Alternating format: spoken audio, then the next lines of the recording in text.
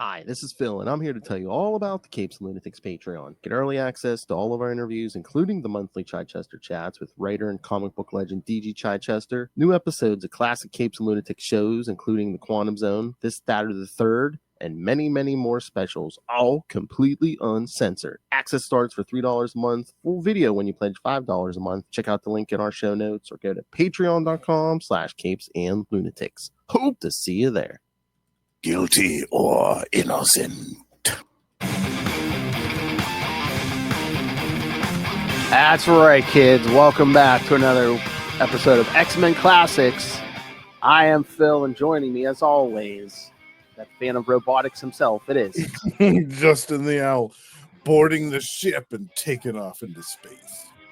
That's right, kids. We're going to do part one of our two-part Judgment War special. This time, X Factor 43 through 46. Yeah, damn. Reading these first four issues, I thought, wow, maybe we should have done like a whole 2 months of this. There's so much story packed into I know. It's Modern incredible. comics could never. Yeah, this would be like a couple of years in modern comics. Yeah. Yeah, would you have like at least a one whole issue or two of just following the Beast around? Yeah. Just following Cyclops around. Yeah, you barely see any of the other members of the group in some of these issues. Yeah. Oh my God, Jean Grey sleeps through most of these issues. Right. We'll see a lot more of her in the second half of the story. Mm-hmm. There's something important that happens here to her. Yes. All right, shall we jump in? Because there is a lot going on. A lot happening here. And of course, Cyclops is baby's along for the ride. I was thinking, I'm like, even before he went to the future, man, Cable had a wild ride, but in his childhood before he even went to the future. Yeah, I was gonna say, yeah, he's got all kinds of stuff on his resume even before he took off. Yeah. He would have been the most powerful jammer of all. Yeah. All right, kids. So yes, like I said, we start with X Factor 43. That's right, kid. Yes, that is a Celestial. Yep. Oh my Lord. Oh, did you? Okay, as I'm starting up the old iPad here, did you see? I guess they're going to reveal in the new Captain America movie. Remember in the Eternals when the Celestials coming out of the Earth? And all that stupid stuff. Yeah. I guess MCU. That's where adamantium's going to come from. I guess from that Celestial. Oh God. Mm-hmm. Yeah. Okay. Yeah. So they're mining it. They're mining the hide of the Celestial for I guess for precious ores. Okay. Yeah. And that can't go wrong. Yeah. Great idea. Yeah. Okay. The MCU home of bad life decisions. Exactly. Yeah. Yep. When things don't go according to plan.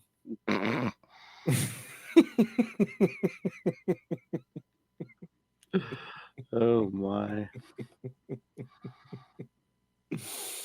All right, so there's the issue. I'll pull the synopsis here. X Factor number 43 from August 1989. Judgment War Part 1. Kidnapped. Writer Louise Simonson, penciler Paul Smith, inker Al Milgram, colors Tom Vincent, letterer Joe Rosen, and editor Bob Harris. X Factor's ship suddenly loses control of its functions and begins to fly off into space. Acting quickly, the ship erects a dome around the exposed part of the hull where X Factor was out relaxing. As the ship flies out into space, the part of Jean's mind that is Madeline Pryor and the Phoenix Force causes her to smash through the dome to greet the stars. However, she no longer is no longer as powerful as the Phoenix and begins to suffocate in the vacuum of space. Quick thinking, Archangel flies out and grabs her while the other members of X Factor help pull them both back into the ship. With Jean and Warren safe, Iceman seals the hole temporarily until ship can effect repairs itself. As the group tries to get Jean to come to terms that she has the best part of all her incarnations in her, the ship passes through hyperspace and appears over a strange planet. Although Ship cannot leave, he is able to scan the planet below and identifies that there's a war going on in the planet, and provides X Factor with devices that allow them to understand the alien language on the planet below. Suddenly, they witness the appearance of a giant ship that dwarfs even Ship in size and are soon confronted by the celestial known as Gammenon the Gatherer. As Gammenon examines the ship, X Factor tries to make sense of the creature and soon find themselves transported to the planet's surface below, along with Scott's son Christopher. Cable. They find themselves in the middle of a battle between the planet's two dominant forces: the chosen, human-like beings that have superhuman abilities, and the rejects, inhuman mutates that also have powers. Unsure which side to fight for, Archangel makes up his mind when Princess Syrah of the Chosen is in danger of being crushed by a reject, and he rescues her. So yes, our rich blonde biscuit has made his choice. You taking the war? That happened pretty quickly, right? Superior puss. She said, chosen puss. Archangel. He has broken a forbidden law of the land for touching the princess, and mistaken for a reject, Warren is knocked about by Lord Rask, a rich chosen warrior who hopes that he can make even greater fortunes taking Warren as a slave and putting him to fight in the arenas. Iceman, likewise, is believed to be a reject in his ice form and faces against a fire-wielding chosen known as Lev. Before they can match powers, Bobby is struck on the head from behind and falls into the battle below. Jean, meanwhile, tries frantically to keep approaching rejects from attacking her and young Christopher. However, one of the rejects, telepathic jammers, uses its powers on Jean, shutting down her mind and sending Christopher falling to the ground as the battle rages on around them. As Gammenon lowers to the planet's surface over the battle, Cyclops is knocked out by a reject that is not only impervious to his optic blasts, but can also fire energy blasts from its eyes as well. Beast goes to the rescue of a female reject warrior named Zaharka. However, he learns that his concern was for naught, as she has entropic abilities and slays her attacker. Noticing the Celestials' descent, both sides of the conflict flee the scene to avoid getting crushed under its massive boot, with Beast accompanying Zaharka. As the chosen forces pull out of the battle, Lev spots Iceman rising from the group, his ice form wearing off. Believing he is a class of the chosen referred to as a dueler, those who have two forms, she is furious of how attacking one of her kind will have on her social standing. However, despite her feelings, she helps him along and learns that he has no memory of who he is or where he came from. As Jean is being carried away by the rejects, one of the chosen come across Christopher and takes the child into his possession, thinking it is one of the genetically engineered chosen. He wonders how the child made it out into the middle of a battle and decides to take it with him to see if he can make money off his discovery.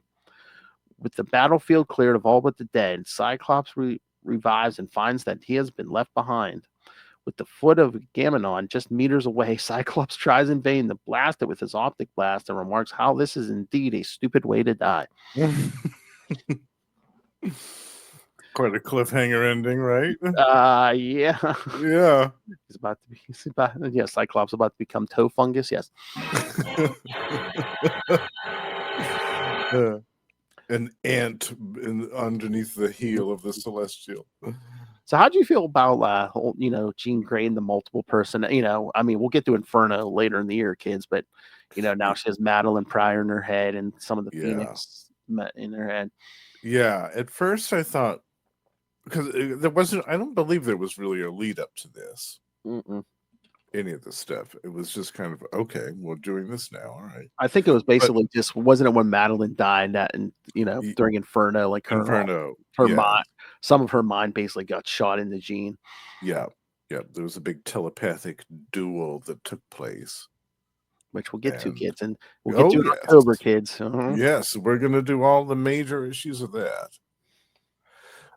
So, yeah, I thought it was great because, I love this stuff. These sci-fi epics where just all of a sudden the team is yanked off into an alien planet, and all of a sudden they're thrust into this whole machinations of all those other things going on. Like we see it happen all the time in the Fantastic Four. We see it happen a lot with Avengers, but X Factor, I was like, oh wow, okay. I love that. I wasn't expecting this at all. And then the Celestials, like we never see Gammenon the Gatherer. We always usually see Arishem or who's the purple and blue one? I think it starts with a Z. Zurum or something. I can't remember his name, but there's like 2 or 3 other ones that are the more regular Celestials that you see. So that was another surprise. I thought, oh wow, I haven't seen this guy in a while. Mm-hmm. But yeah, I loved this right from the get-go. I thought, this is my jam right here. Oh yeah. Yeah. I'm just trying to find a list of the Celestials here. How can I find a list? Boy, they have a ton of aliases though. Space gods, experimenters, analyzers, probers, and testers. Probers. Oh my. Oh my. Visitors from the sky, titans from space, star giants, star gods, the gods above us all, judges of worlds, multicolored rebels, rebel angels, architects of all creation. Multicolored rebels. Their identity, as in secret or not, public. No crap. When you're that big, yeah. Right. It's a little public. You ain't a public to the rest of the universe. Exactly. His name was Zyron. Okay. Ziran. Zyron. Yeah, that's the dude I was thinking about. Wasn't there another one that started with an E or something? Was it like Exitar or something? Eson. And Exitar. Okay, yeah. Exitar was the dude in that great Thor story. Yeah. Oh god. That we'll cover sometime on Marvel Tales. Yeah. That 3-issue story in which Thor was trapped on the doomed planet, and he goes inside the Celestial. Yeah. I think that's like I think is that the beginning of the Falco and Friends' run. Oh, we got yes, yeah. That was when I started reading Thor regularly. Was right around that story. Mm-hmm. Oh yeah. Yeah, because I just read it kind of sporadically before that with the Walt Simons and stuff. But yeah, I was hooked on that. Yeah, anytime that there's a Marvel hero or a Marvel mainstay that's just all of a sudden violently uprooted from Earth and cast down on another alien planet and thrust into the middle of all of these things that are going on, these political intrigue and different caste systems and things and tribal warfare and stuff, I'm all over it. I love it. And again, I feel like there's so many like Louise Simonson's trying to show like so many like things for like that are so common to every culture, like like the outcasts or like the mutants of this planet and stuff, and the caste system, the chosen versus the rejects, and then you have the begin agains that are kind of like they just kind of want to start over and yeah. Which I would probably be one of them if I was on this planet. I'd be one of the begin agains. I'd be like, yeah, let's start over. This is messed up. Yeah. As we'll see in one of these upcoming issues, like mind altering drugs. Yes, the chosen, their mind altering drugs. Yeah. Yeah, and just their behavior towards each other. In yeah. general, yeah, it's pretty reprehensible. All right, so should we get to the next one? Yes. Because again, we barely scratched the surface of this thing. Oh, I know. We're just getting started here.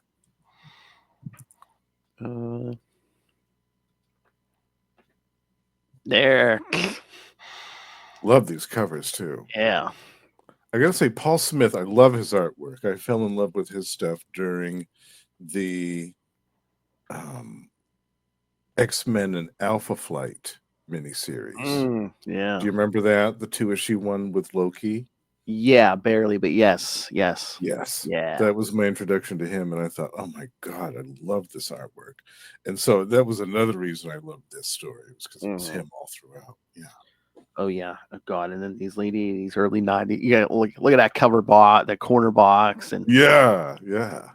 I think that's an Arthur Adams cover box. yeah. Yeah. All right, so X Factor number 44 from September 1989, Judgment War Part 2, Another World. I think we got the same team here. With X Factor separated on an alien world when they were teleported into the middle of a battle between the Chosen and the Rejects, Cyclops finds himself alone in the evacuated battlefield as Gammenon the Celestial slowly descends on the area. Unable to stop the giant cosmic being with his optic blast, Cyclops instead decides to try to blast a hole in the ground deep enough to avoid getting crushed. Meanwhile, the Beast has fled with the Rejects along with one of their warriors, Zaharka. When Zaharka wonders what tribe Beast has come from, Hank considers that she may not be able to understand the concept that he came from another world and decides to pretend that he has partial amnesia. Zaharka is easy to believe this and thinks that his mind has been partially wiped by one of the Chosen's jammers. This allows Hank to ask questions about the conflict between the genetically pure Chosen and the mutates known as the Rejects, and the fact that the space god that has arrived on their world has come for yet another test of their world, one which Zaharka believes they will not pass. Arriving at the Reject Village, Beast is shown that they live in tall platforms suspended over their refuse. He has shown old Vlon a powerful telekinetic that was mind wiped by Jammer. Beast also meets Zaharka's child and sees the grief of the pregnant reject Weigel when she learns that her husband Zehiops has died in the battle. As Zaharka goes to aid the grieving widow, she tells Beast to go and get some food. As Hank wanders away, he considers the parallels on this world with human mutant relations on Earth. Upon thinking about the fate of his comrades, Beast wonders how the Chosen would view his comrade Archangel, who is mostly human if not for his blue skin and metallic wings. Justin would still do him. Damn right. If Beast could look upon his friend's fate, he would learn that Warren is prisoner of the Chosen and has his wings restrained in a plastic restraint as Princess Sira and Lord Rask and one of the Chosen scientists try to make sense out of why a reject would save the princess in combat. Boy, these people are out of it, man. It's like, yeah, because it's the right thing to do. Because Superior. Exactly. Yeah, many reasons here. Yeah, well, they don't even procreate that way on this planet. Oh God, Yeah, heathens. right. Yikes. They refuse to believe Warren's stories that he had no idea what the conflict is about or that he is from another world. When Rask intends to put Warren into the arena, Warren breaks free and attempts to flee. However, Rask manages to incapacitate Warren again with his force blasts. Witnessing this display, the princess can't help but find Warren's display magnificent. All present believe that Sira was speaking of Rask, except for her robot, ZZ-105. Hey, kids. Still here coming to you. ZZ-105. It's 9:30 p.m. It's 38 degrees out.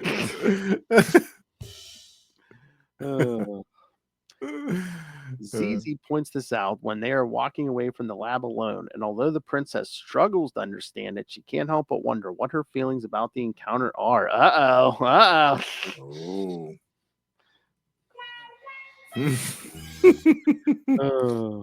She's feeling a kind of way. That's right. When she begins talking of the stories ZZ told her as a child about how children used to be birthed.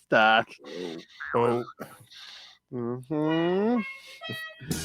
robot warns her not to tell anyone that it told her such tales and insists that they are false. Oh man, there's some naughty bedtime stories. Damn. Yeah.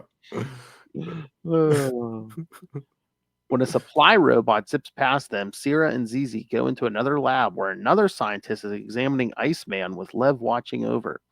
Confusing him for a dueler, a class of the Chosen with an alternate form, and Lev is mocked for attacking one of her own in battle when she confused him for a reject. When the scientist finds no records, they dismiss him as probably being a member of some outer colony that is bad at keeping records. When Bobby revives, they begin trying to ask him questions, but finds that he has amnesia. When he attempts to reach out and touch the princess, an act that is forbidden, the scientist knocks him out before he can. He then turns Bobby over to Lev to try and stir his memory. This poor bastard forgot he's gay. Yeah. That's a hell of a mind wipe. No, at this point, he was still deluding himself, kids. So. Yeah, don't let the Republicans know about that.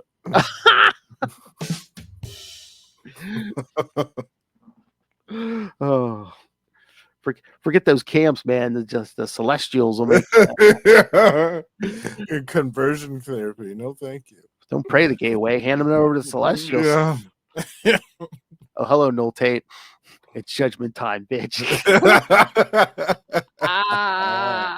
That's right. Going back to judgment time, bitch. Going back to the 90s here, bitch. I don't know. Noel, have you heard the new hits? Oh, baby. Yeah. I think you heard them on the last one we did. Oh, maybe, yeah. Maybe. Strongest wrists down under. That's right, kids. Ray plays games on YouTube. Watch him play with his deck because he is. Strongest wrists down under. That's right. Sometimes with both hands. Oh my! just like Justin, when we're talking Archangel. Yeah. No. Oh baby, have I? Oh, I can't wait until Ray's sitting here and he has to hear these live. Oh, baby. Ugh. Tight. Kind of deviant. Well, back at the site of the battlefield, Gammenon is left, leaving giant footprints in his wake. Cyclops manages to blast his way out to the surface and finds a green-skinned telepath waiting for him. Man, it just attracts telepaths. Yeah. Jeez. The man asks Scott if he is one of the chosen or a reject. However, Scott tells him that he is from a faraway world and that his friends are missing. Helped out of the pit, Cyclops begins calling out to his friends. However, the humanoid tells him it's ultimately useless, that there is nobody around, and invites him to follow. As Cyclops is led away, he wonders what became of his friends, and most importantly, his son Christopher. Back at the Chosen Citadel, Sierra looks over the vats of genetic material that they use to create new members of their race. She remarks over how fewer and fewer batches of these artificially created people come out pure enough to live in their society, or alive for that matter. When a Cybot overhears Sierra talking about how it must have been better when children are born biologically, it begins demanding answers. Biologically, yes, is better.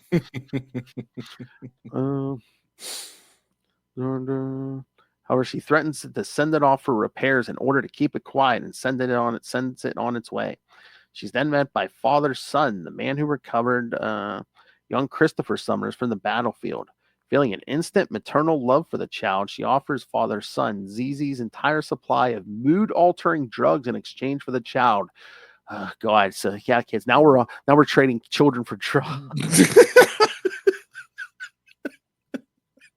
No wonder the Celestials are here passing judgment.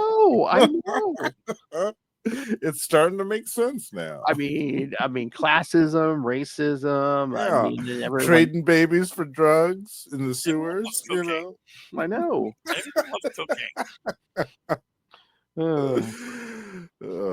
Sierra's all. It's enjoyable, and somehow I got pregnant. And this is only the second part. Yes, this is the second issue. I know. Yeah, we're right. pretty much going until 50 here, kids.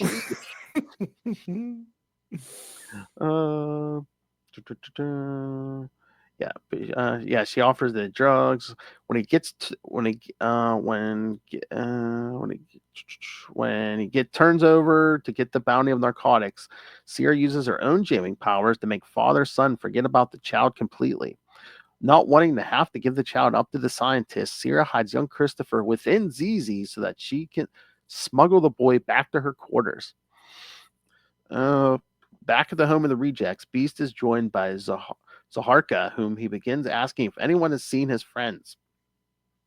When he begins describing Jean Zaharka, the reject wonders if he is referring to the chosen woman they have captured after jamming and is now locked up in one of their dungeons. Finding Beast's question suspicious, she decides to keep this bit of information from him to see what else she can learn from him. Beast decides it's best to continue to keep up his feigned amnesia in order to get the answers he wants. Turning his attentions to a shooting star, he wonders how their ship is faring since it was captured by the Celestials. High above the planet, Ship is continuing to explain to Gammenon about its origins and that it's known about since it's come online. However, the massive Celestial doesn't seem to be satisfied with the tale, and as Ship continues to probe deeper into its data banks, he comes to consider that it might not have been built by Apocalypse, by some other force altogether, and decides to tell its tale again. Scott is led to an underground cavern where he is introduced to the Beginnigans, a group of rejects and chosen who have come to realize that unity is the only way for either of their races to survive.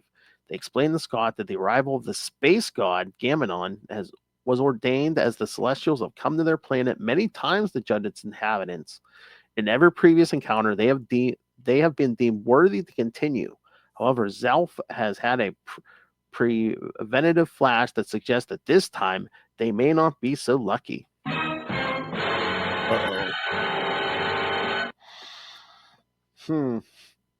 Again, Marvel Universe. Giant comes from outer space. It's never good. The Celestials, Galactus. It's never good. Yeah. You see a big shadow in the sky. Yeah, start making plans. Rocketing off into space. Get the hell away. Yeah. Take an extended trip and just hope that the planet's there still when you come back. Speaking of kids, the Fantastic Four trailer dropped this week, and yes, there was a hint of Galactus. Oh, was he in there? Okay, nice. Real quick, but yep. All right. Yeah, Noel Tate, but yeah, me and Noel Tate were talking about it. Yeah, he liked it. Nice. Large and in charge Galactus. I like it. Oh yeah. All right. Yeah, thoughts on this, Justin? Once again, we're just introducing so many new concepts and things and new characters, and yeah, I loved the thing with the old giant up on the tower that just kind of plays with a doll all day long. His brain's basically gone, but he used to be like the most powerful telekinetic on the planet.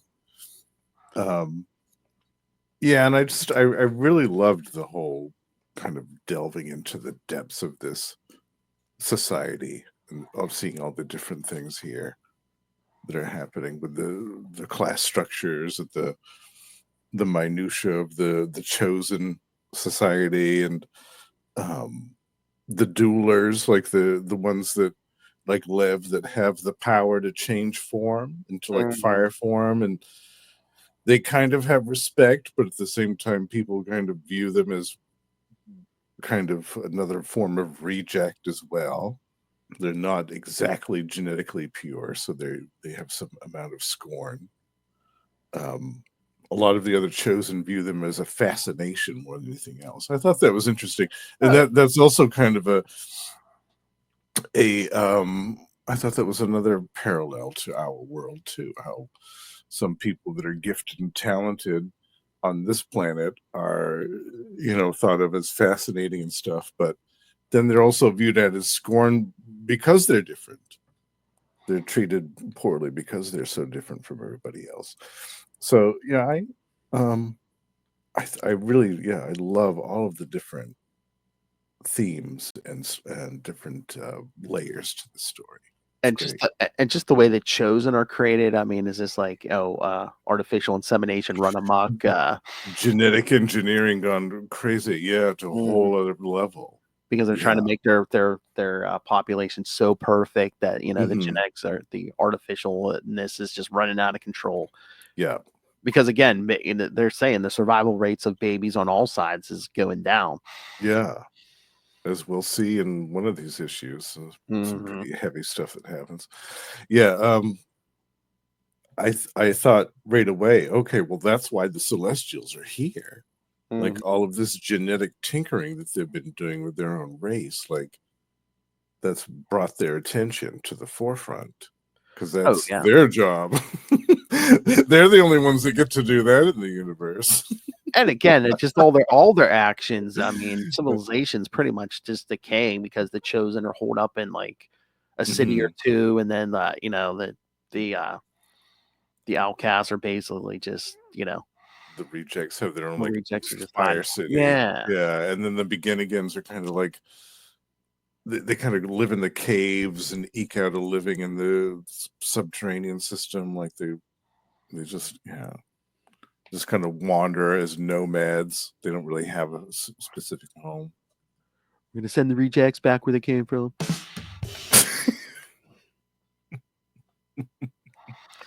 Oh God! Come get us, Gammenon. Yes, please.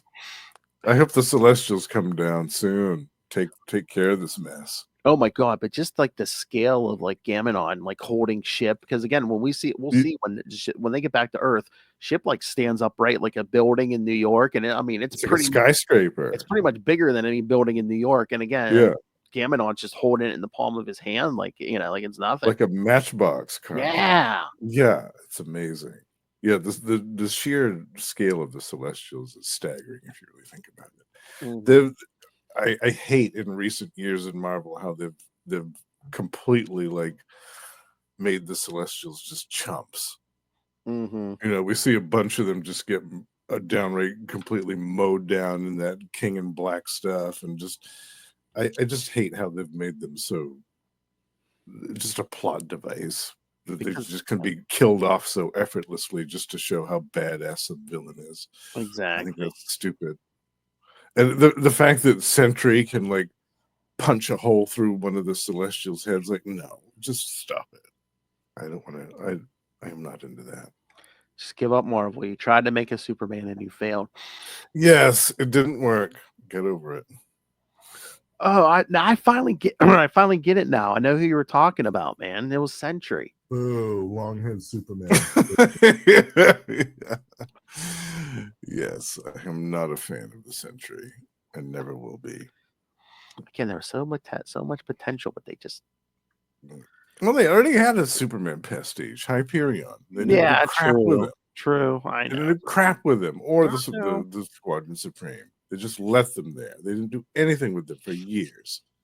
Remember that one Avenger story? They're just like, how many times have you guys been mind wiped? The Squadron Supreme. How many times you guys been like mind controlled? You know, 3, 4? Their brain probably looks like hunks of cottage cheese. And even a half dozen. How many times have it been? Yeah. Oh. That's what we need to do. That Squadron Supreme miniseries. Oh God, yeah. Or was it a Maxi? It was 12, was it? Yes. And there was a lot in that story too. Oh, that would take like a month. Yeah, easily. We should probably do 2 for that so we can cover all of it properly. Or hell, at least 6 weeks, like maybe two in a episode or something. Yeah, something like that. Yeah. Well, boy, added to the 2026 list. That's right. Oh my God, can you imagine if we were writing all these down and then eventually we're just like, oh, that's a good suggestion. We'll put that down for 2027. If the planet's still here, then we'll do it. Oh. Yeah. Did that thing even mention about like Archangel coming at is that Rask or no, was it father son?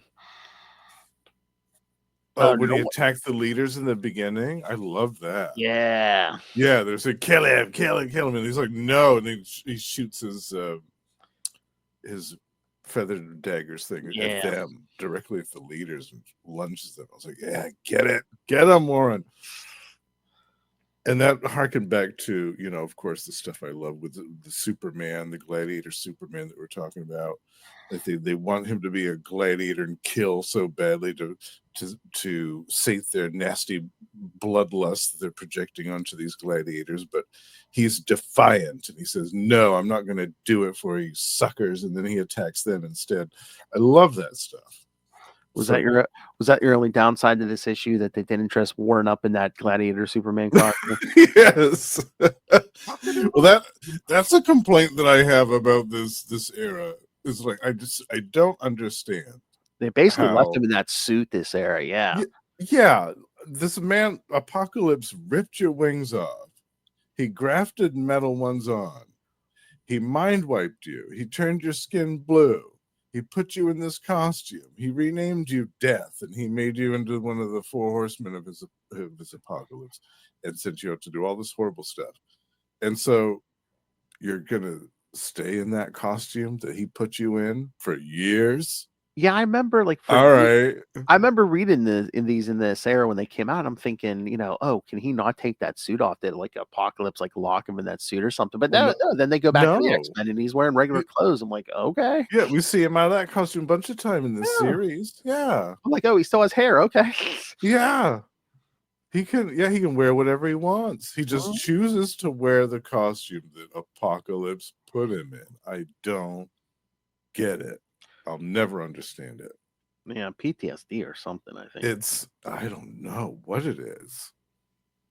That Stockholm syndrome or whatever. I don't get it. I just don't understand it.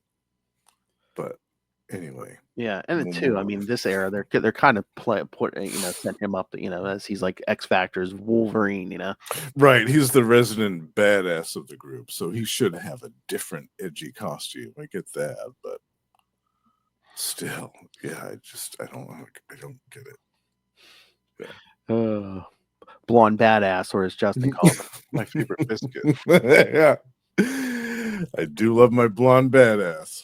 Oh my! All right, ready for the next one? Yes. All right, this time we get another member of X Factor in a fight on the cover there. That's right.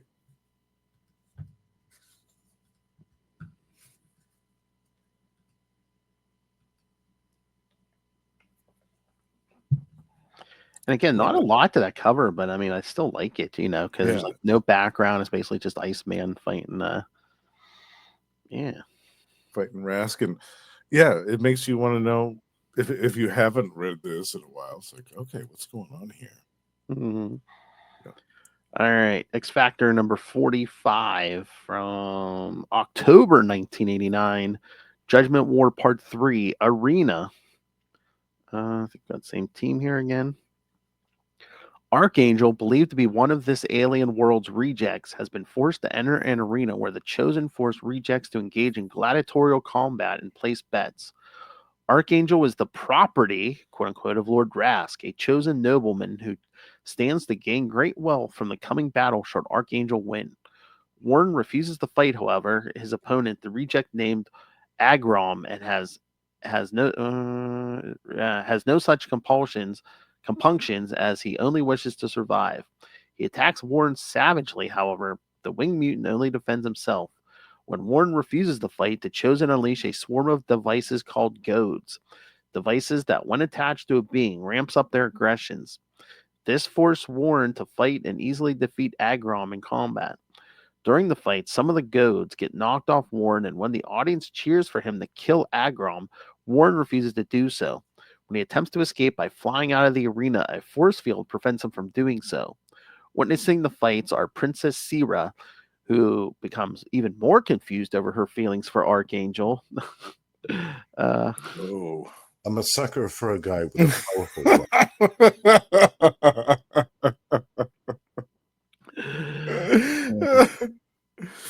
I mean, again, think about it. This glorious blonde biscuit, Justin, and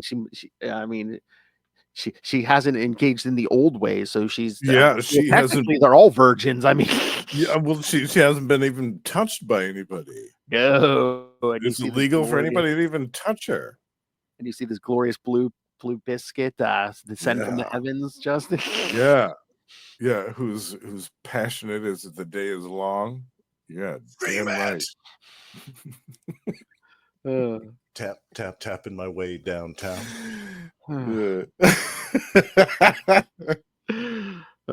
Finding him noble and majestic, which goes against the Chosen's contempt for the rejects.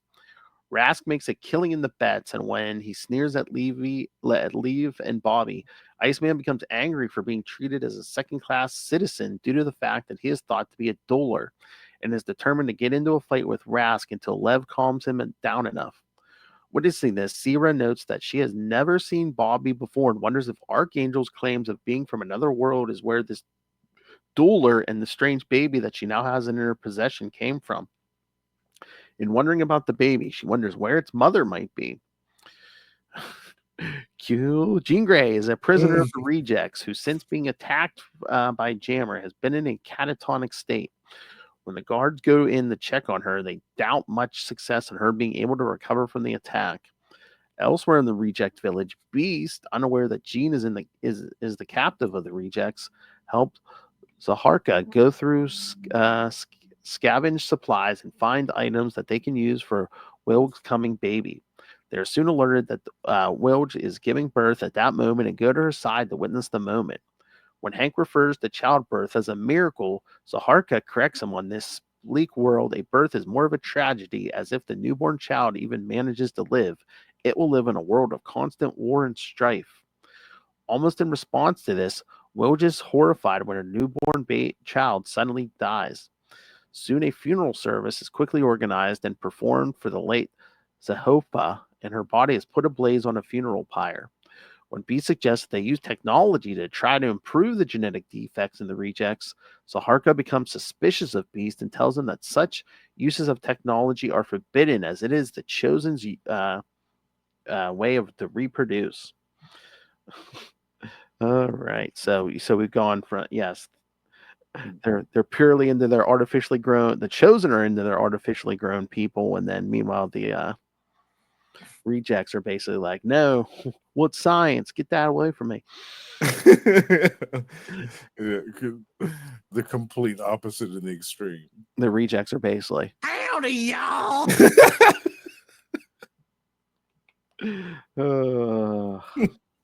Nom, nom, nom, nom.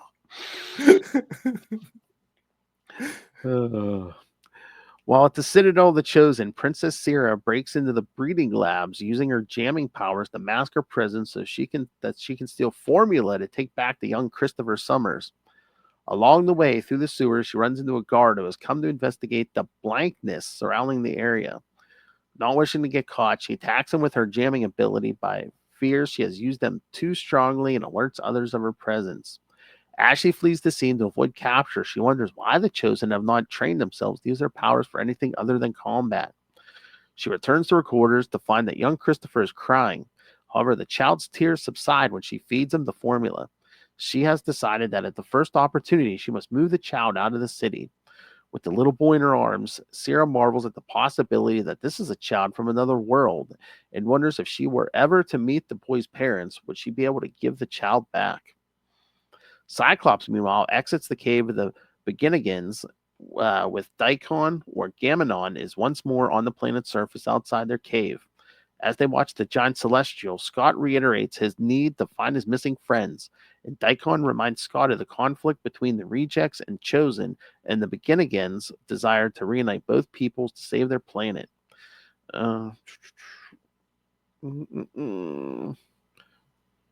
Sorry, the screen jumped on me. Daikon suggests that with Cyclops' help, they may be able to do just that. Well, back at the home of the Rejects, Zaharka announces that young Nikal has developed his Reject-born abilities, the power to light things on fire. When word about the Reject Archangel's victory in the arena, word returned to the village by spies, Beast tells the gathered Rejects that Archangel was a member of his tribe, X Factor, and rallies them to plan an attack on the Chosen City. As Beast and the others rush off to make plans, Zaharka watches the scene with increasing suspicion. Back in the Chosen Citadel, Iceman and Lev pit their powers together, and Bobby gloats that the only way Lev was able to defeat him in battle previously was due to the fact that he was caught off guard from a supposed jammer attack. When he traps her in a block of ice, he gets her to yield. However, she still believes that she can beat him in combat. When Lord Rask enters the room and mocks them for being duelers, Bobby... Sorry, stupid screen here. I don't know why it went back to the last screen. Damn you, Lord Rask.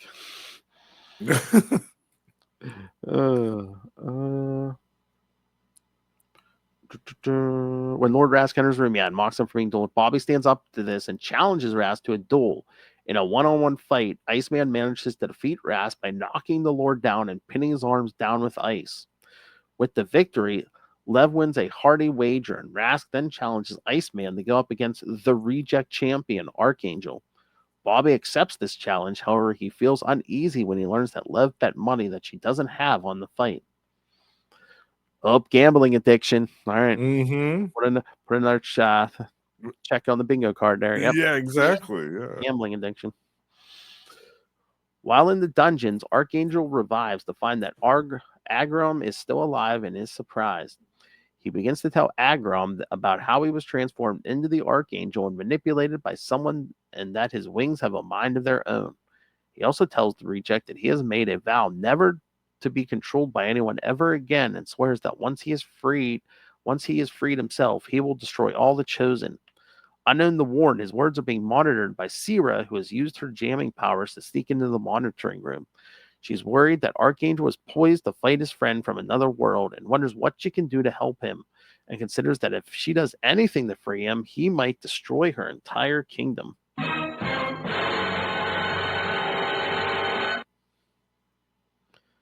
All right. I didn't notice this. One of the rejects resemble one of the mindless ones from the Dark Dimension. Yes. Yeah, I noticed that. Yeah. There's all kinds of neat looking creatures in that. Can you imagine you escape the Dark Dimension and you're just hiding out on this world, and then like Gammenon shows up? You're like, oh crap. I can't catch a break. Yeah, this issue had that scene I was talking about where Warren refuses to kill his Opponent, yeah. His opponent in the arena, and instead turns on the Emperor and the other guys. Yeah, I loved that. And I loved how there was this stuff with Xhaka and the rejects, like because Beast talks about like he wants to help them. He wants to help it so that they won't have this constant infant mortality rate. Like he can do some stuff to help stabilize the genetic code a little bit. And she's like, no, like don't tamper with it. It's the way it's supposed to be. Like they've got this whole extreme, like only the strong survive and the weakness die type of mentality, just from having eked out a living in this harsh wasteland for so long. That's kind of just the only way that they know. Yeah, and she's like, it's the Chosen's way, but she should have been like, yeah, it's the Chosen's way, and it ain't working for them either. So right, yeah, both societies have the downfall easily printed out on the future, just from looking at the way that they've engineered their future. Because it almost makes you think too. It's like, oh, is this why the Celestials are here too? Because have they like poisoned this world so much that like they can't even like bear offspring for the most part? Mm-hmm. What's that mean? Like that nobody tampers around with the genetics unless it's the Celestials themselves. They were the first ones to do that. Yeah. I mean, I don't think they come out and say that, but that'd be interesting if they did that, where like, oh yeah, the Chosen kind of tried to unlock, whatever modifications the Celestials did to them, and yeah, you don't do that. Yeah. Yeah, that instantly gets their attention, no matter where they are in the universe. Yeah. But I was also surprised by the duel between Bobby and Rask when he beats Rask, because this dude like is no slouch, as we've already seen in the last couple of issues. And Bobby takes him down. I thought for sure that he'd break free of the ice shackles somehow, but no, he got the upper hand on him. But I mean, Bobby's, again, without his memory, instinctively knows how to use his powers. But I mean, he's rocking some power here, right? Because he's wearing that belt that Oh, that's true. Yeah, the Oh, belt. Yeah. Isn't So that the kind of an inhibitor? Because didn't Loki who like charged his power so much like he couldn't control? He was like just basically freezing everything. that's right. Yes, I forgot about the belt. Yeah, yeah. Which I don't know if Yeah, they and ever resolve that. Do they? I Or I do feel they? like they do it in one of these issues after this stuff. Okay. Yeah, if I remember Maybe I right. don't remember, but yeah, I was always like, I don't know if they ever resolved that plot point. It's somewhere in the next year or two after this, I Okay. think. Yeah, maybe. Um, but also yeah, you're right, where it was mind wiped, he didn't have like the kind of the heroic, noble-minded intention of just kind of holding back on his foe. Mm-hmm. He didn't hold back at all. He just let him have it. So yeah, but it was interesting. It definitely wasn't what I was expecting. I thought that Mm-hmm. Rask was just gonna wipe the floor with him. But that was smart, where it's like, yeah, because the Rask can only shoot out of his hands, so like Bobby throws an assault from both sides. So while Rask's hands are busy, Bobby just slides over and like punches him in the face. Punches him in the face. Yep. Smart. It's good. Yeah. Then Lights out. Then ices his hands up to the floor. Yeah. It's clever. I really enjoyed that. Yeah. The ice will thaw in time. Yeah, they just walk away. Lev could have melted it. She could have, but she's like, yeah, no. I remember what you said about duelers. You can just sit there, sucker. Oh. But yeah, I love like in the beginning, like Archangel in the arena, and like they have his like wings in that little like restraining backpack. They Yeah. rips the wings. See the wings rip through it. And Yes. So good. And then of course we always try to do. I swear they do this all the time with Celestials when that Dyson who's with Cyclops basically tries to rip the Earth out from under Gammenon. Yeah, he triggers an Gammenon's earthquake. still just standing there, but he's floating in the air. It's like, yeah, he don't care. Yeah. Ground, no ground, he don't care. Yeah, he didn't even notice that. Didn't even feel it. Yeah. And I also thought the interesting concept with the goads when they were fighting in the arena, the little caltrops that suddenly flew out and pinioned them and drugged them basically. I thought, oh damn, that's nasty. Yeah, just supposed to make them like get all angry and it's like some type of rage. Well, plus the pain from being stuck with all these things. Yeah. I was like, is this like their version of roid rage or something? Yeah. They're basically forcing them to fight. Yeah. But yeah, another good one. But all right. So should we get to the last one? Yes. Part 4. Holy crap, it's almost been an hour already. Man. These are good. I mean, I was like, damn, I was like, there's a lot of story here. I'm like, have we been talking this a half hour or so? No, it's almost an hour. Like, damn. Yeah. Yeah, I got it covered. Yeah, that's great. All right. All right. X Factor 46 from November 1989. Judgment War Part 4. Exchange. Same team, I think, here. The Beast is preparing a group of rejects to participate in a mission to break in. Wait, where'd the cover go? Say, I didn't hit that, did I?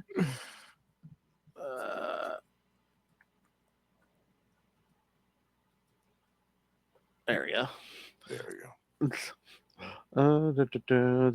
To break into the chosen city to free his friend Archangel from the arena. As he trains young Nico how to fight, Saharka watches with increased suspicion over Beast's true motives. Unaware that he is really a mutant from another world, she begins to suspect that he might be a spy of the Chosen, and decides to see how he reacts when he sees the red-haired woman that they have had their prisoner since their last battle against the Chosen, who is scheduled to be part of the upcoming prisoner exchange. Meanwhile, in the city of the Chosen, Iceman and Lev begin to drum up bets for Iceman's upcoming battle against the Archangel. Watching this in disguise is Princess Sira, who knows that Iceman is really from another world and is suffering from amnesia. She wonders what she can do to free Archangel and continue to struggle with her conflicting emotions regarding her allegiances to the chosen way of life. She also begins to wonder how much longer she can keep baby Christopher hidden from the chosen scientists, and once more considers sneaking the child further out of the city. As she goes to check on the child and her robot, Zizi, she is unaware that she's being followed by a member of the chosen who can fly, who watches her enter her hideout and leaves to report to the scientists. While at the hidden base of the Begin-Agains, Scott learns that his friend Beast is among the rejects, while Archangel and Iceman are in the city of the chosen. Looking through a monitoring crystal of the Begin-Agains, Scott learns that Jean has been a prisoner of the rejects and is going to be part of a prisoner exchange. He demands instant action. However, Daikon and the other Begin-Agains refuse to take any action just yet, prompting Cyclops to go off alone. Back in the city of the Chosen, Archangel is brought before Lord Rask, who attempts to force Warren to go about a training exercise. When Warren attempts to attack him, he is blasted back. Warren then takes a different approach, finding weakness until Rask gets close enough for him to slice the nobleman's leg with his razor-sharp wings before being caged again. Archangel assures Rask that he will slay the dueler that he will be forced to fight and survive, if only for the satisfaction of eventually killing Rask, unaware that the dueler he is to fight is his own comrade Iceman. In the Reject City, the prisoner exchange is about to get underway when Beast notices that the prisoner that they intend to exchange is Jean. When Beast tries to save her, Zaharka believes that her suspicion that Hank is a spy of the Chosen has been confirmed, and she orders the other rejects to capture Hank. Back at the Chosen City, Sierra nurses young Christopher when suddenly Rask and a number of soldiers burst into the building.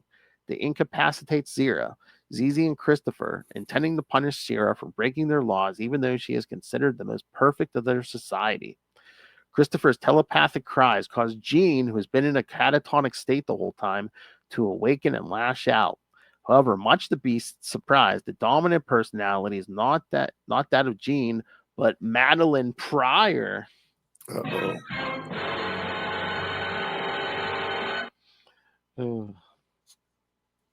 Come on, screen.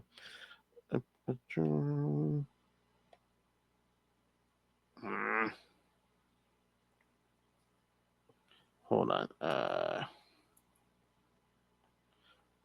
Yeah. While Sierra has to answer to why she has a child, the scientists tell her that she will be punished for her crimes. Rask, however, having used his wealth and bargaining on Archangel's coming battle to net him another handsome sum of money to buy him favor, tries to get Sierra to ally with him to avoid any trouble. Sierra finally making a decision that their way of life refuses, knowing full well that there will be a harsh consequence coming her way. While outside the Begin-Agains base, Cyclops is stopped by Daikon and the other Begin-Agains, who wish to help him storm the Chosen City to free his friends. However, point out that they will have to pass around the Celestial known as Gammenon, who has returned to the plane and is blocking their direct path. As Scott calls out to Jean, telling her that he is coming, it is Madeline who hears this and is amused that her estranged husband would be coming. Hail.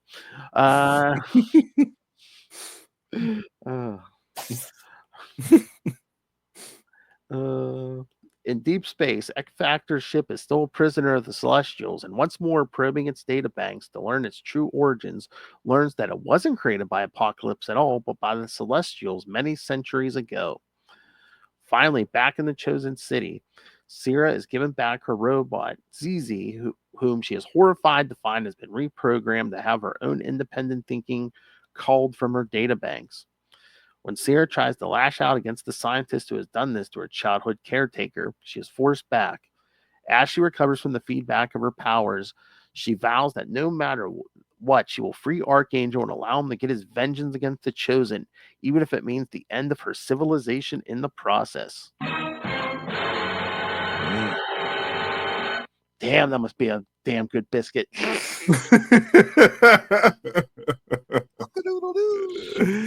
He's looking pretty fine there with this ripped up outfit on that last page. I think the blue brings out the intensity of your app. Yeah. That's just the right shade of blue. Oh my.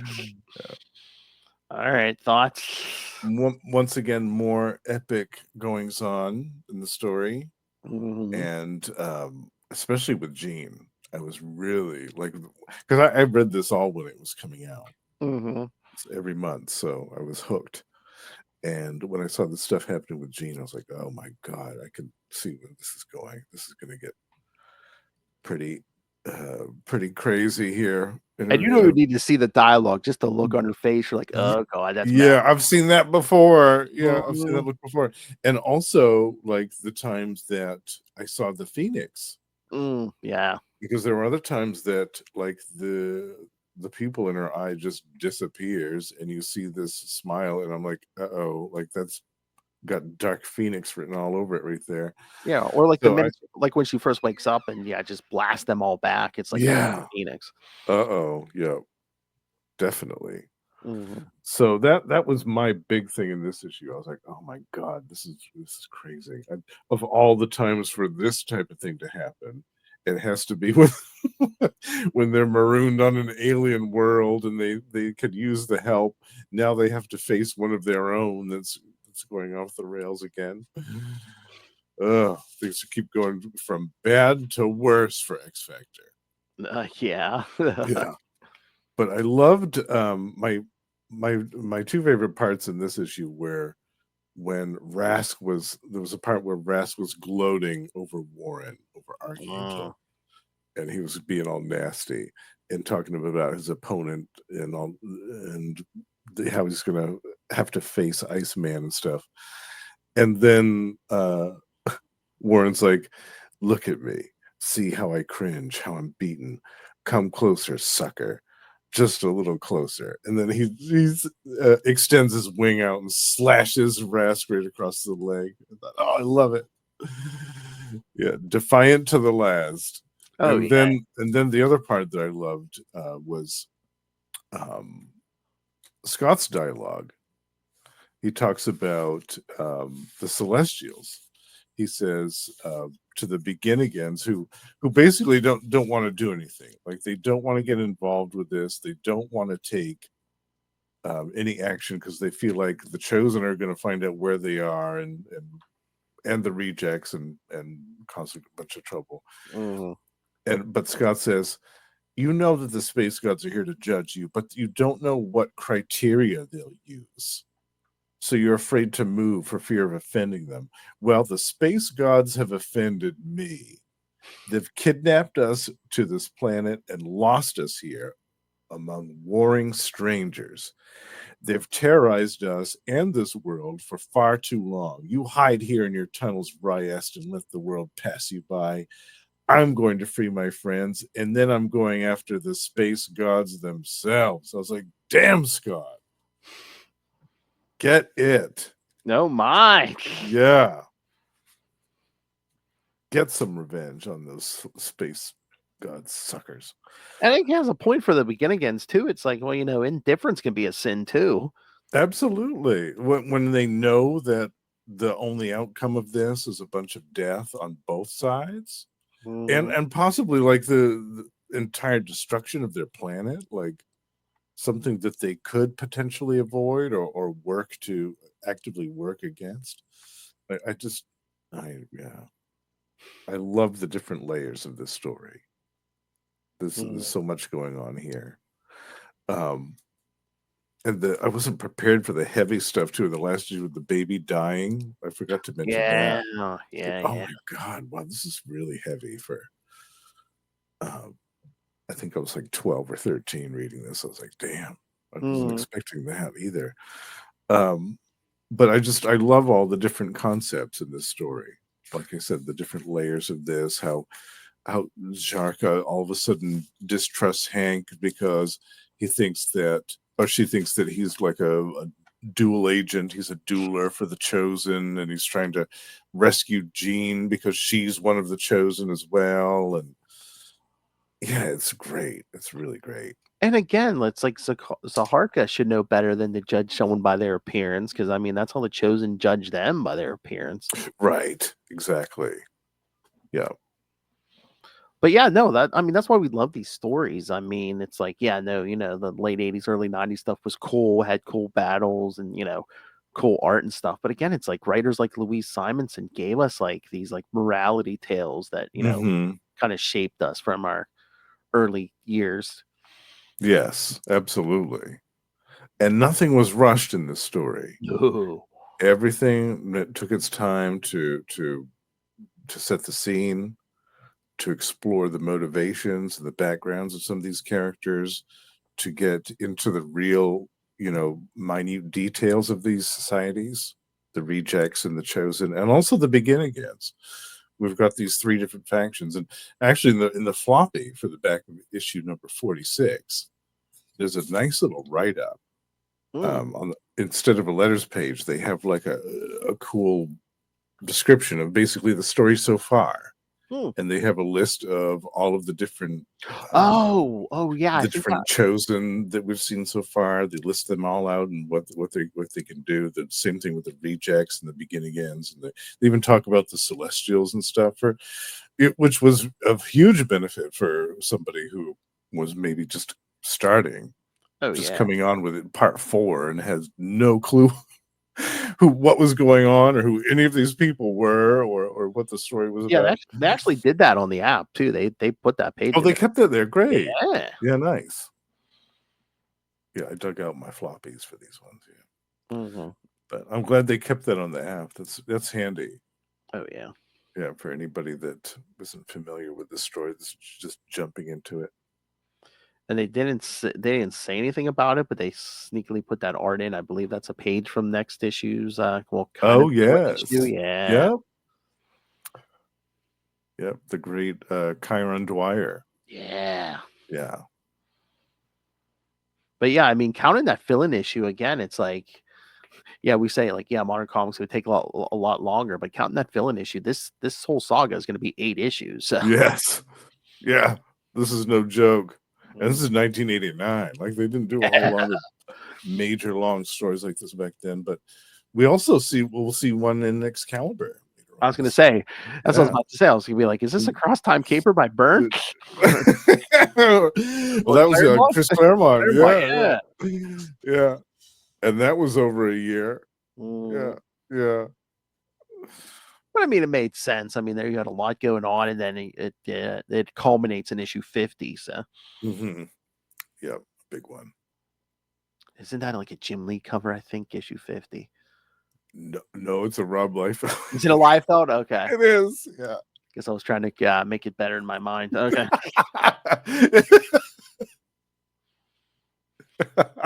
Trying to hype myself up. Oh, Jim Lee now. No. Don't get ahead of yourself, boy. One foot in front of the other.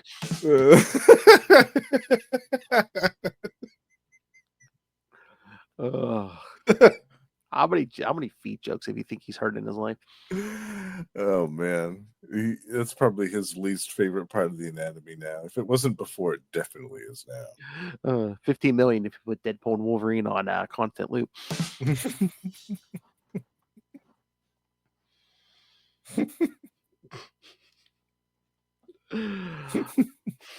All right, Justin. Anything else on these?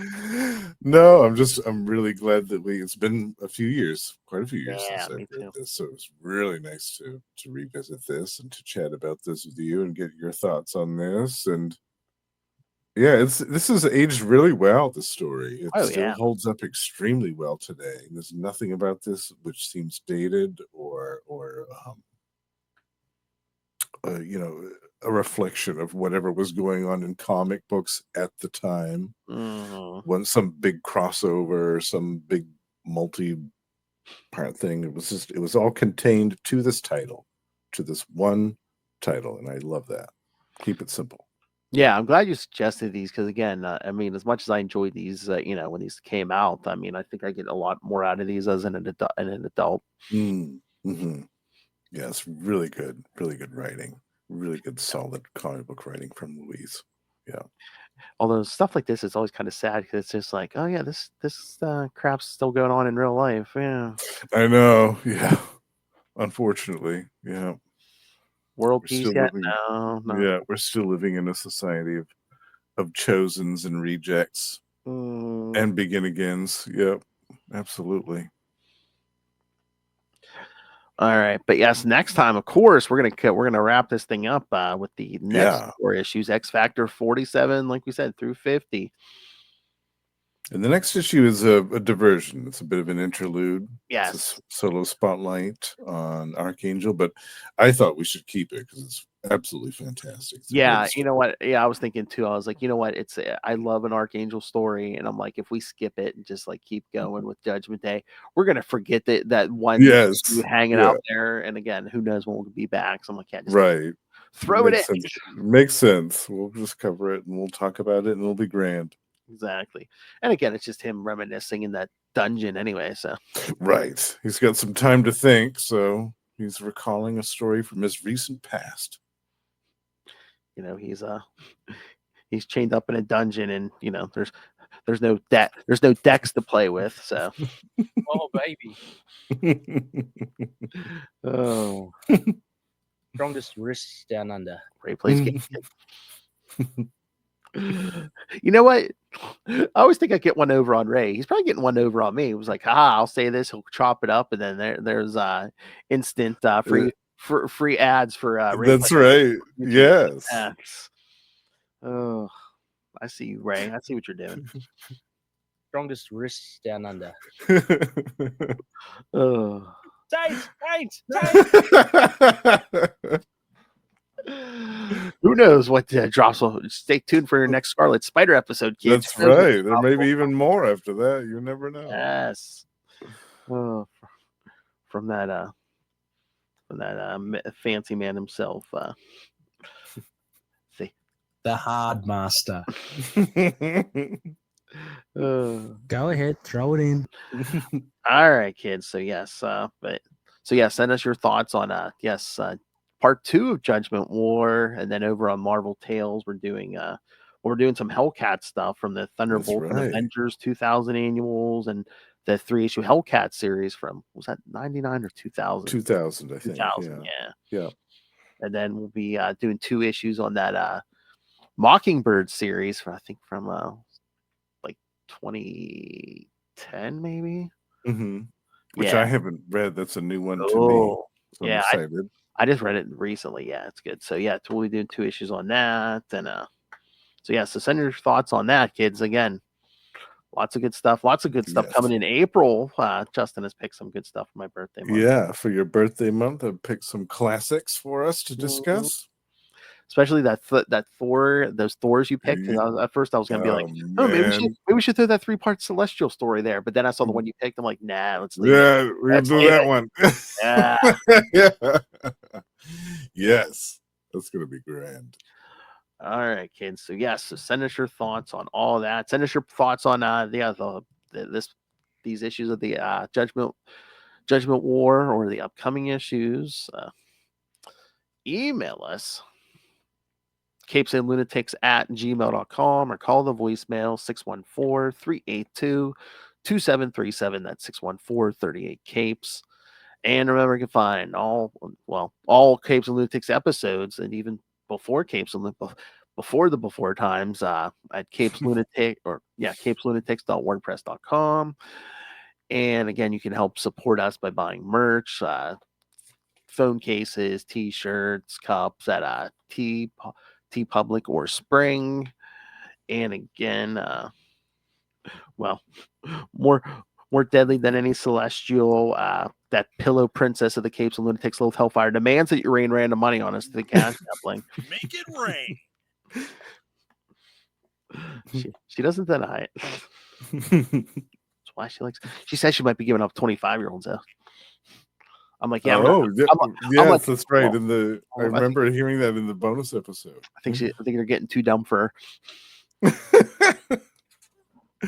I understand. I totally understand her reasoning. She's gonna be programming some maturity into those sex bots. So that's right. And of course, the Patreon, where again you can hear exclusive, uncensored content, especially about Lil's life, as you heard in January. Yes. But I was not disappointed by that. No, nice, good. I'm like, oh man, I was waiting for a story from her past. I'm like, see, Like, I don't want to bait and switch the guys, but yeah. Okay. No, No, if you're, I enjoyed that very much. okay, very good. Yes. Will's an entertainer. She knows.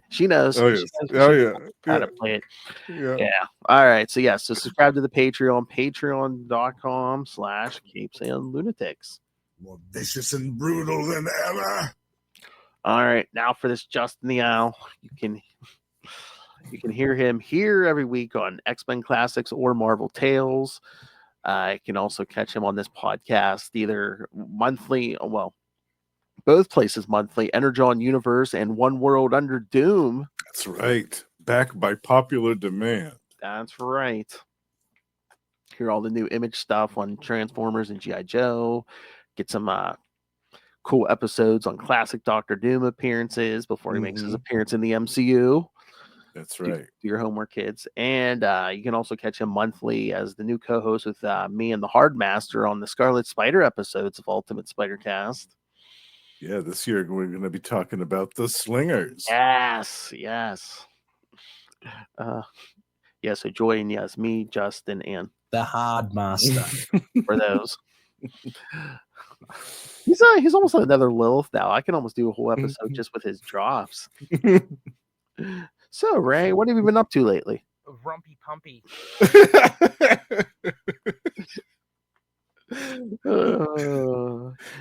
You gonna 2-deck it tonight? Sounds like a plan, Jan. I'm sorry, interrupting your plugs.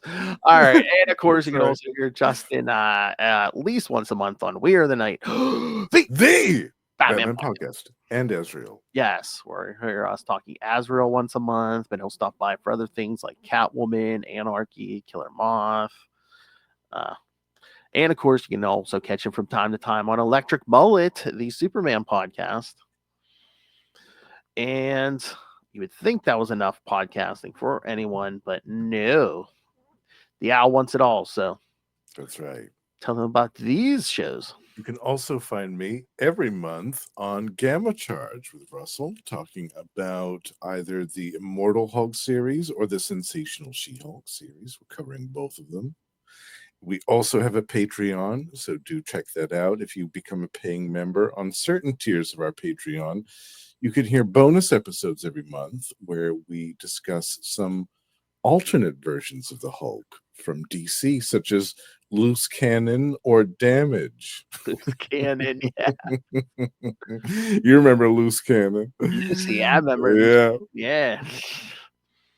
And over on Predator and Prey, we are joined by the aforementioned High Priest of Khonshu himself, Ray, and Sparky, and we discuss the classic Dark Horse comics featuring Fox's Predator. And then last but not least, my solo show is called The Lost Library of Legends, where every month I discuss a forgotten and undiscovered gem from the comic book past. And I'm doing a multiple-part retrospective this winter on a title from the 90s from the Malibu Ultraverse. We're going back to the 90s here, bitch. One way to the biscuit town. It's me, your old pal, the Owl. I love it. I'm hopeful that I'll get another drunken unboxing video for you maybe sometime this spring. Oh, Yeah, remember my birthday's in April. that's right.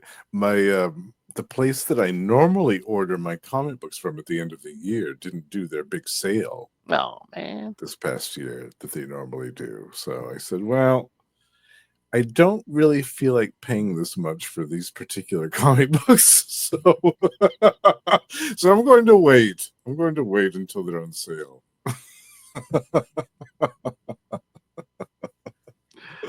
We have to be thrifty these days. In the days Well, of late stage capitalism, we have to be thrifty. Oh, yeah. Oh, yeah. Well, that escalated quickly. But my hope is that there will be another. I think there's going to be another sale this fall or this spring rather. So Yeah, come on, owners, shop owners. You're gonna entice these people to come in. I know. Yeah. All right. Thank you for joining us, everyone. Again, next episode, we'll wrap up this Judgment War. That's right. And again, make sure you're checking out Marvel Tales. Some Hellcat and some Mockingbird this month. Yeah, that's gonna be fun. I can't wait for those. Heck yeah.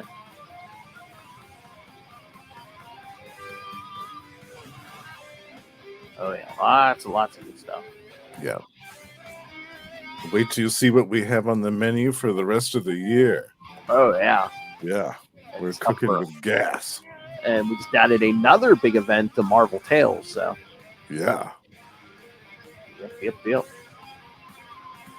All right, kids.